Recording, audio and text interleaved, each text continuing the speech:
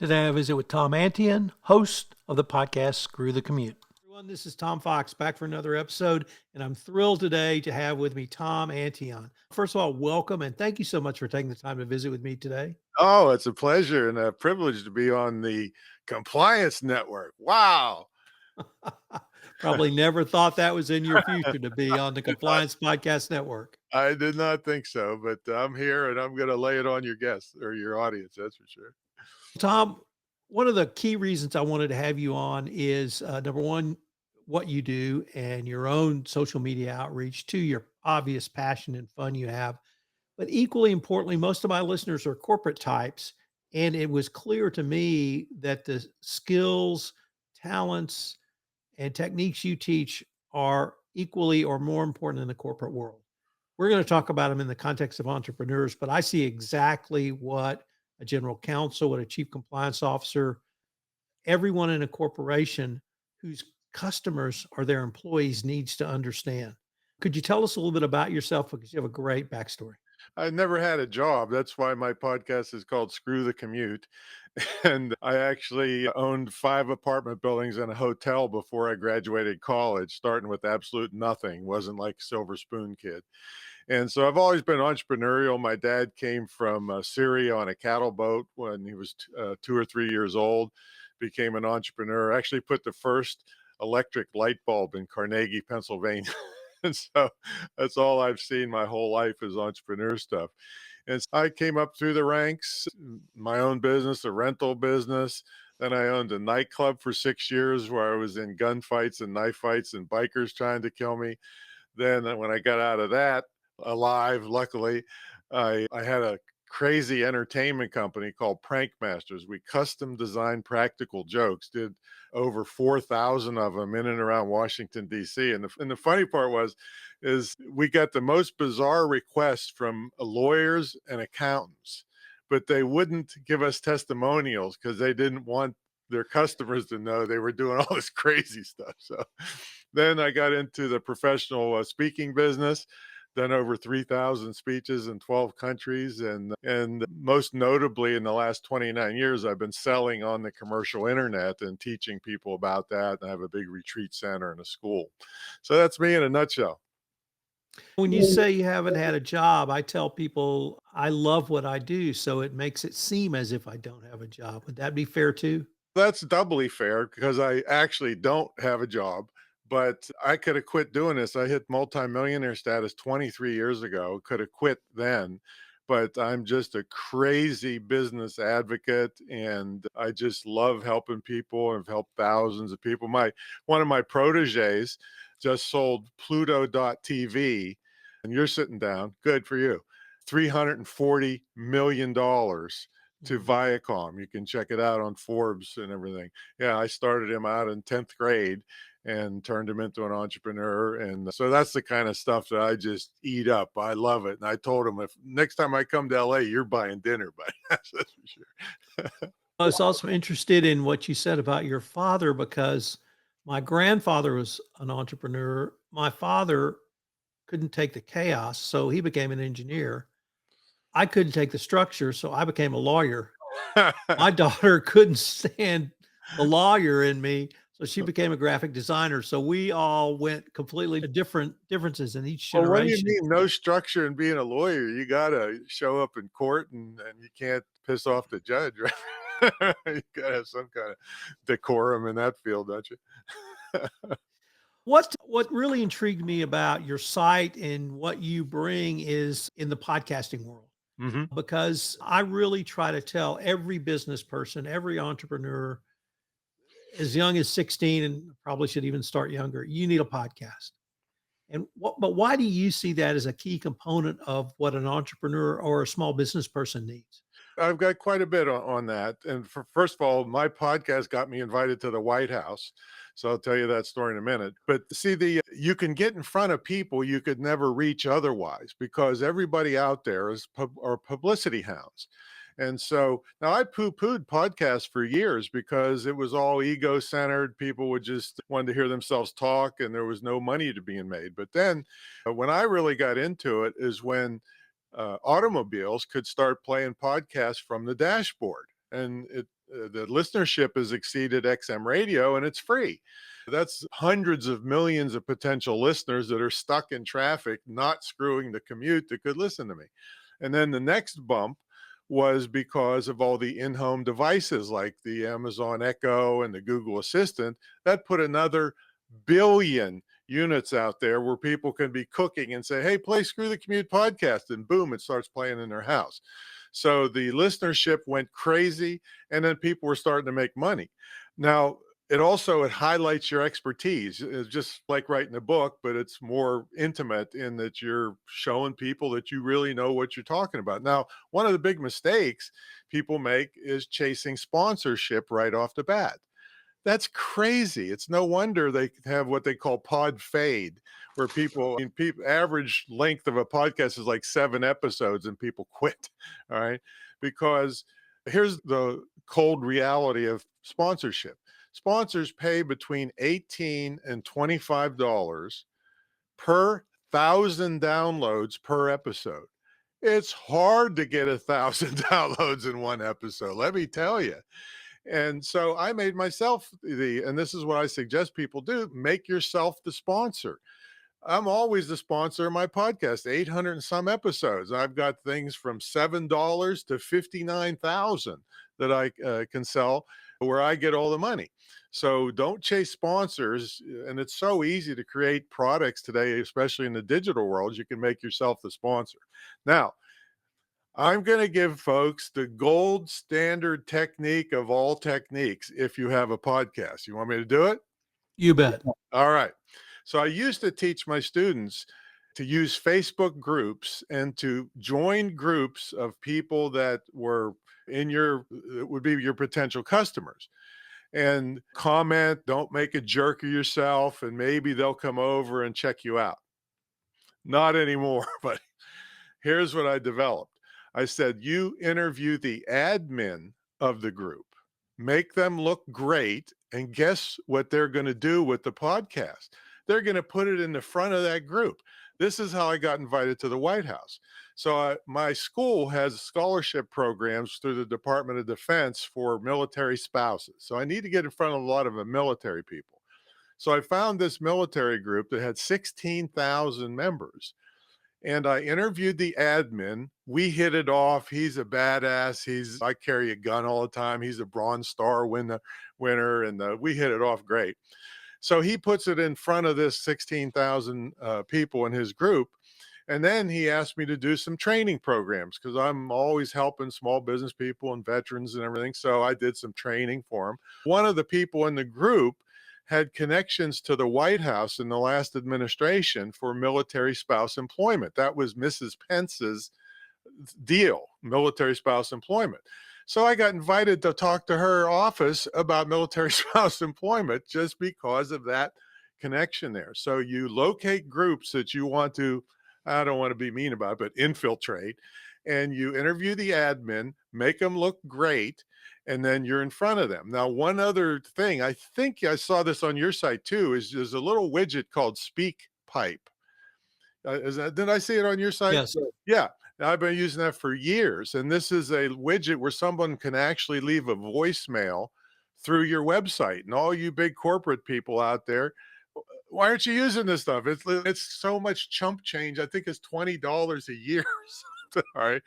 And it makes people be able to leave a voicemail.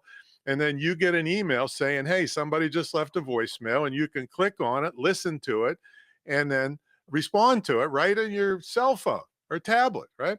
All right. Or however you want to do it. Now, here's how I use it in podcast world. So sometimes I don't have a whole episode that I want to do on a certain topic, but I still want to infiltrate Facebook groups. So for instance, I did a podcast on business insurance. I'm not any kind of expert on business insurance.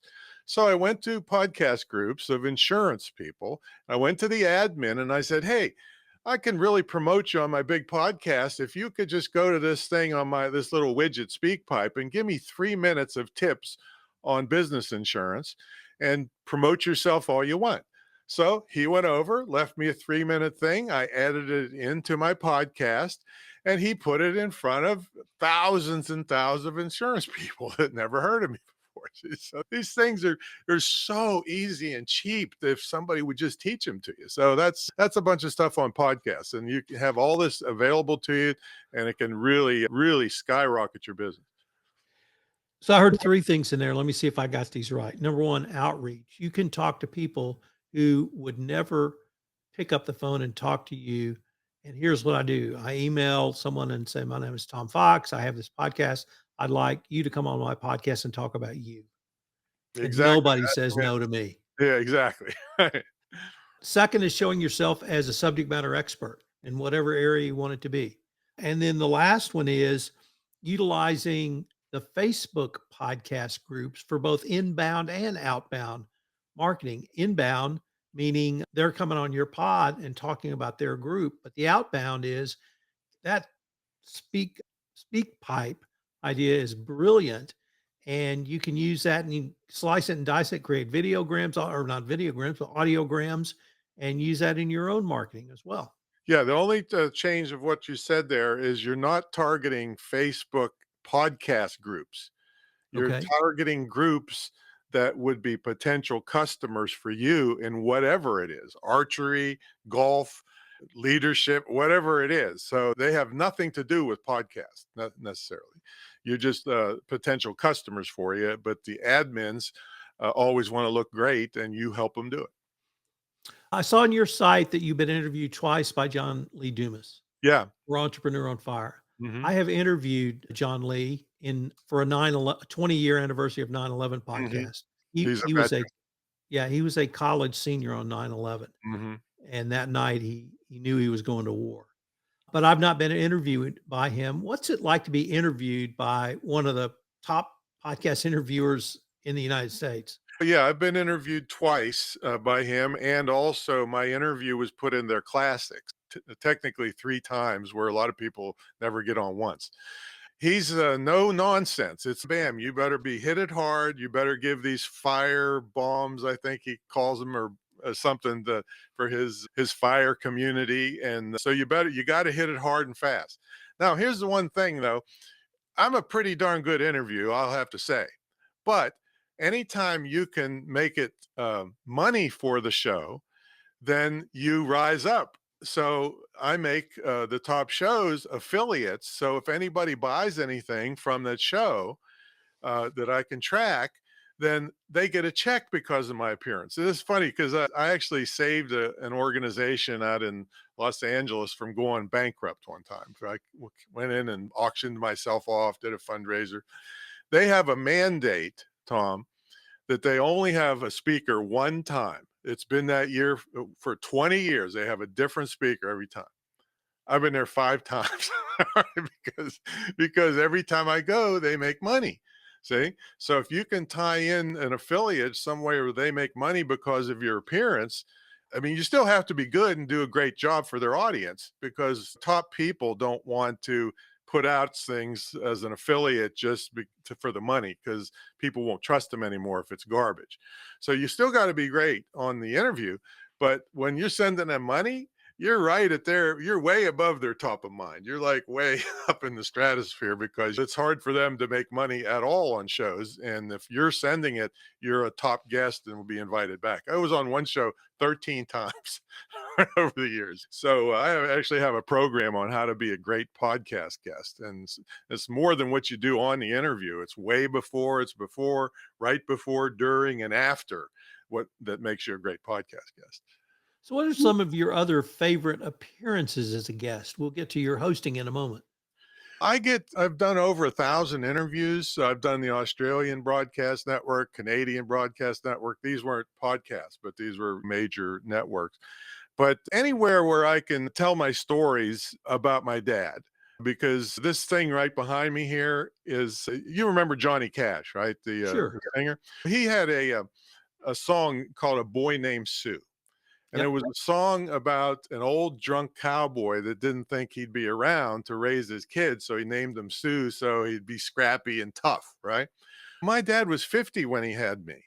I was a baby of 6 boys, and he didn't think he'd be around. He only went to the second grade, but he was one of the smartest guys I ever knew. And so he thought, I won't be around. I'm going to make this kid tough. So this little caricature here is from the time I could crawl, he would put pillows in front of me and put my toys on the other side to teach me how to overcome obstacles. And to this day, you tell me I can't do something, you better get out of the way as I blow by you doing it. Now, I won't cheat you. In fact, I have a TV show in development called Scam Brigade to go after cheaters and bad people. But I won't step on you or cheat you. But if you tell me, and this is great for your listeners in any, whether they're corporate or whether they're entrepreneurs or what, when somebody tells you you can't do something, it means they can't do it. It has nothing to do with you at all. Right. So that's the kind of thing I got from my dad. And so when I can go into those kinds of things, because I have plenty of techniques and things I can teach you, and I do it all in my trainings and stuff, but you have to get off your butt and do them. And I have to show you, and I usually teach at the hope level so that people can, because I could pretty much snow anybody on internet stuff, but what good does that do me or them? It doesn't get them off their butt and get them moving. So anytime I can do an appearance where I can move somebody forward, even if they make mistakes, I tell people fail fast. Get off your butt and do something. And if it goes great, good. If it fails, you learn something from it. But if you don't do anything, that's pitiful. That's really pitiful. So you said your dad came over on a cattle boat. Yep. Did he end up in West Virginia? No, he ended up in the whole Syria. He came from Syria. In fact, my Right. name is a mistake. He in those days, you were named from the village you were born in. He Right. was Simon from Antioch, and he got to Ellis Island, which his name is up on the wall up there, and it's they couldn't read it. Okay, you're Sam Antion. No middle name, just that's it. And so that's how he and they all settled, the Syrians settled outside of Pittsburgh, Pennsylvania. They ended up in Pittsburgh. Okay. And then he didn't want his boys growing up in the nasty streets of Pittsburgh. And so he moved to 60 miles out, bought a bulldozer and made a truck stop, and I still own it to this day. So yeah, so it wasn't West Virginia, but see, Western Pennsylvania is very close to West Virginia. Is where Right. I was recruited all over the country for football. So I wanted to stay close because my parents were elderly, and Morgantown, West Virginia, was only an hour from our little town in Pennsylvania. So tell us about some of your favorite podcast guests, Tom. Boy, that's tough. There's been over 400 of them out of the 800 episodes, but I think of one. There's a guy named Mike Stewart. His nickname is the Internet Audio Guy, internetaudioguy.com. And he taught me back in around 1999 audio recording and editing. And there was no podcast in those days, but I was making all kinds of cassettes and CDs and all that stuff. So he's a country boy from Georgia, and he said, Tom, if you want to be an audio editor, first thing you got to do is record something. That kind of stuff. And then he says, and then he stops and thinks for a while, and he says, and then what you do is you cut out what's bad and what's left is good. And that's how you be an audio editor. And I've edited all 800 of our podcast episodes plus hundreds of courses. So he's With that just philosophy? with that philosophy. Yeah. Yeah. Because that's all you're doing really, other than cleaning up some noise and stuff. You cut out the bad stuff. What's left is good. And that's what you put out. Everything I do is simple. I come from this small town. To this day, Tom, is still the population is 500, and we lived in the suburbs, right? So totally in the sticks. And Right. but it was one of those towns where your handshake meant something. Your work ethic had to be great. If you did something wrong, the whole town would come down on your head and not get sued over it. There's none of that stuff. So it was a good place to be raised. And like I said, I still own the property to this day. So are your clients and customers starting out entrepreneurs? Are they people who've been doing it a while? Are they companies that may have been in seven figures that need a bump? How would you characterize your customer base? There's three different ones basically. One is I'm very much against, and even though I was valedictorian in my high school, I got great grades in college, even though all the other jocks didn't even go to class. But that was a long time ago. the indoctrination camps they call colleges now are in my scam stuff. If they weren't colleges, they'd be in jail for the things they're doing with fake grade point average raises and all the bad stuff they're doing with textbooks and things that and the tuitions. There in my rant, I forgot what the question was. What did you ask me? You said you had 3 general Oh, categories of there you go. customers. Yeah. So one is the young person that doesn't want to get saddled with hundreds of thousands of debt and wants to have an actual usable skill. My school is considered vocational, even though it's internet and digital marketing. It's the only licensed dedicated school in the country dedicated to that topic. So it's vocational. So that's someone that doesn't want to go to college. The next one would be someone in small to medium sized businesses that sees their money just going down black holes with web designers that just screwing them over and enormous fees and they're not getting their returns. So they want to bring it in house and learn all the things because I can build a world class website for 150 bucks, world class, that you're going to pay five to $15,000 for. In fact, I got Best of the Web in Inc. magazine for a $650 site that beat out 3 other $1 million sites. And the panel of CEOs said, "Why'd this guy win?" Well, because the site was easy to navigate and we could find what we wanted fast. The big money guys, that's all they cared about. And see, you can get websites now that'll do your dishes and wash your car. I mean, but people want simple and get their information quickly. So that's the business owner that is spending too much and getting too little for it, and they don't know what they're doing. And the third one is people in the older age range that want to either retired, have been displaced from a big job, and need to keep their income up. So they want to learn this stuff because in the the digital products that we concentrate on now are 97% profit. What other kind of business is 97% profit that you can do from your basement or you can do from your cell phone, literally? So, I think you were going to ask me a little bit about the future of this stuff, but yeah, any business on earth should have a significant digital aspect to it, small business, big business, because I mean, for instance, take a an ice cream shop with a let's say a radius of 5 miles is where the bulk of their business is coming from. They've got rent, they've got repairs and refrigeration and kids payroll and waste and all this and regulation and all this stuff. They could do a digital book on how to make an ice cream cake and bring in 97% profit money from around the world and have it in different languages and make way more than they could ever make profit wise in their local business. So every business needs to add a digital aspect to it, digital information, either paid or free. I have one free ebook, Tom, that's brought in as of this morning $3.91 million. And you say, "Oh, Tom, that sounds like BS. What are you doing?" Here's the method. If you create a digital product that teaches people how to do something, but they can't do it unless they purchase or lease or use the tool to do it. In this case, I teach people all about shopping cart systems, all the things they need with autoresponders and upsells and coupons and all the things, but they can't get all those benefits unless they get the system that I recommend, and then I get an affiliate commission. And it's what's called a residual affiliate program. A basic affiliate, for those of you who don't know, is I recommend this Tom, and then if somebody buys something, I get a commission. All right, that's a one-shot deal. But residual means I'd recommend a membership site or some tool or hosting or something, and I keep getting paid over and over again. So I've had some people using this tool for 19 years. Right? And I keep getting between $600 and $720 a year, but I only promoted it once to that person. And though you add the thousands of people that I have doing it, that's where big money comes in. I call it, Tom, an insurance policy for your life and your business because I can quit now and all these entities are still bringing money in perpetuity as long as the people keep the program.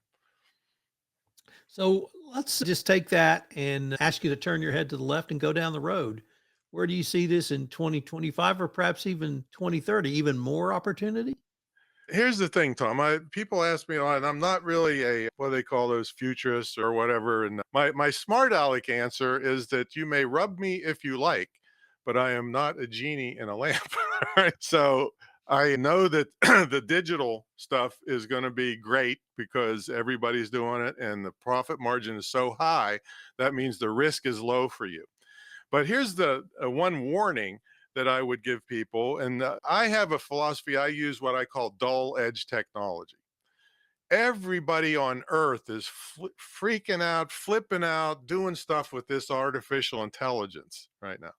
Well, I think if you do get sucked into that, you have a little bit of artificial intelligence going on in your head, because my dull edge technology means that if you use the cutting edge, or they call it bleeding edge, the reason it's called that is because it's got the most glitches, the most complaints, the most trouble, and the most expensive.